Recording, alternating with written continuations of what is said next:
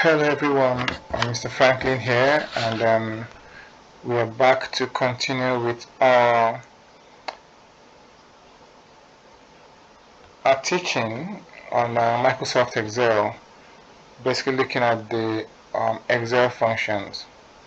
So far we've seen some functions already, and today we are going to be continuing with the main function, the max function, and of course the integer function.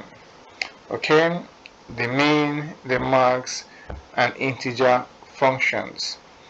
Alright, let's go right ahead and do justice to this.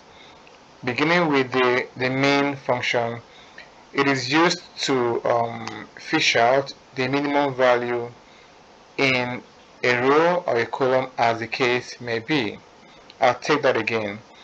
The main function is used to display the minimum value or the smallest value, alright, in a row or a column.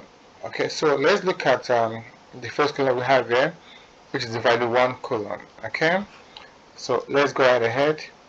Of course, remember your equal symbol, and then you type in mean. Open it with the tab key, and then you select.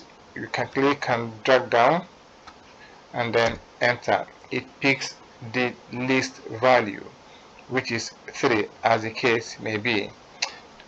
Alright, I think it's very simple, and of course you can fill up. Okay, the next we are going to be looking at is the max function. The max is the opposite of the main function, so that makes it very simple, in the sense that it will display the highest number in the column. Let's go right ahead and see this happen.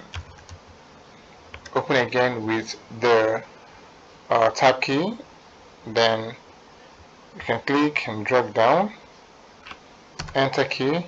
It shows number 23 as the largest or the highest number in the column,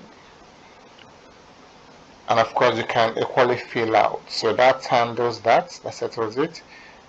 And then the last function we'll be looking at today is the integer function. The integer function, what is this used for? It is used to convert number that's in decimal to its closest whole number. For instance, we have 5.45. This function is used to convert it to its closest whole number. So let's see as that is going to play out. Your equal sign, we introduce the function integer.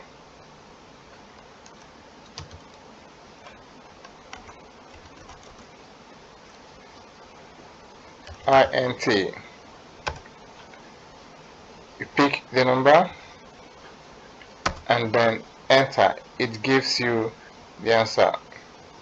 Then you can fill out.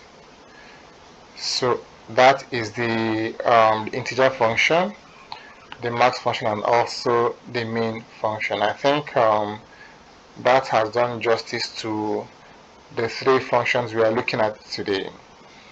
Please, we would like to hear from you. You can send us your questions if you have any on the comment section. Thank you so much for being our guest today. Please endeavor to stay tuned, as you will definitely get more videos from us. Thank you so much.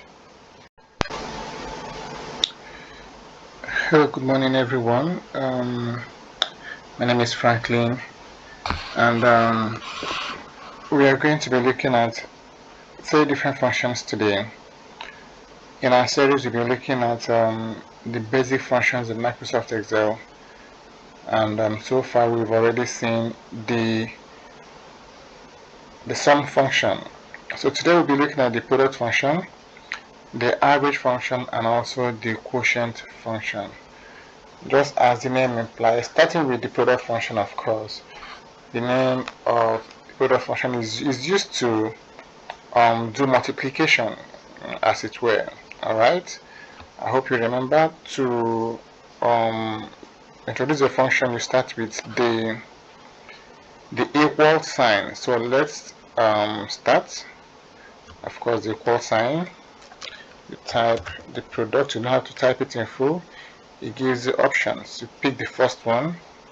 Remember to open the function with the tab key. It's already giving you the things to supply. That's the syntax. Number one is we have number one. You can pick any number, and of course you use comma to separate it, and then pick the next. Use comma to separate. Pick as many as you want. So let's just get the product of the last three numbers in this value 1 colon. You close the function and then hit the enter key. It gives you the answer. It's as simple as that. Okay, I think it's clear enough.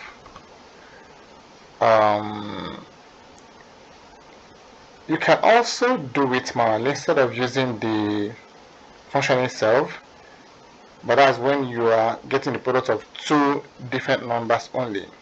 So what do? You put your equal sign, you pick the first number, then you manually type the multiplication key, which is shift and then figure 8, shift 8, and then you pick the second number and then enter. It equally gives you the answer. I hope that settles it. If you have a question, please, your comment section is waiting for you to ask your questions.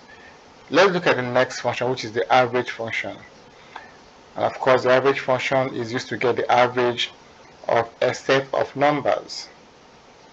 It's used to get the average of a set of numbers. So let's go right ahead and get this one.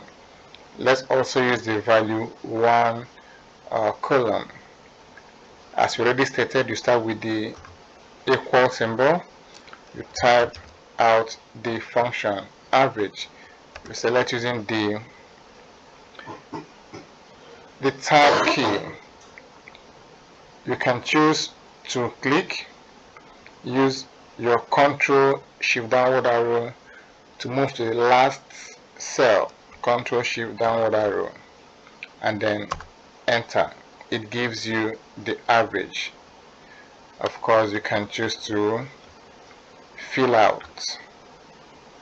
Okay. Alright, I think that settles it. Let's look at the next function, which is the quotient function. Alright, and it's used to get division. It's used for division. So let's get this done with quickly. Your equal sign, you type in quotient. It gives you the syntax, which is the numerator and the denominator. So you can pick this, use comma to separate, and then pick let's say this, and then you close the bracket and hit the enter key. It equally gives you the answer. So I think we've been able to do justice to these three functions: the product function, the average function, and also the quotient function. We will call it a day today at this point. And remember to hit us up on the comment section if you have any question, observation, and whatever you may want to tell us. We'll be glad to hear from you. Thank you so much for watching, and stay tuned as we bring you more videos. Thank you. Hello everyone, we are back again, and welcome to today's lesson, data analytics class. We'll be looking at the sum function today. and of course the sum function is one of the basic Excel functions. The good thing about this function is that there are many ways of doing the same thing, that's summing up. Before we continue, of course the sum function is used to add, is used for addition as it were. So let's look at the first method. Okay, so we're going to be summing up this first column. Okay, so of course you introduce your sum function by using the equal sign and of course the sum function itself. Remember to open it with the tab key. Then you can click the first cell and then drag down to the last and use the enter key. That gives you the answer. That is the first method. I hope that's clear. Okay, method 2, introduce your sum function. Click the first cell. You highlight the entire column by automatically pressing Ctrl Shift downward arrow and then your enter key. That also gives you the answer. Method 3, also introduce the sum function. The first cell is cell C10. You type it down, C10, colon. The last cell, my mouse is hovering around it, is cell C20. Enter gives you the answer. This method is actually good when you are working with big data. Okay, so you can just look at the first cell, note the cell name or the cell reference, and also note that of the last cell, and you can easily get the answer faster.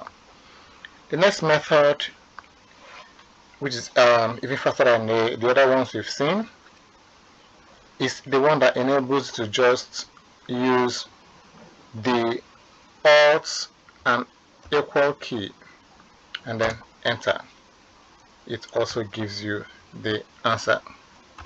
And finally, if you want to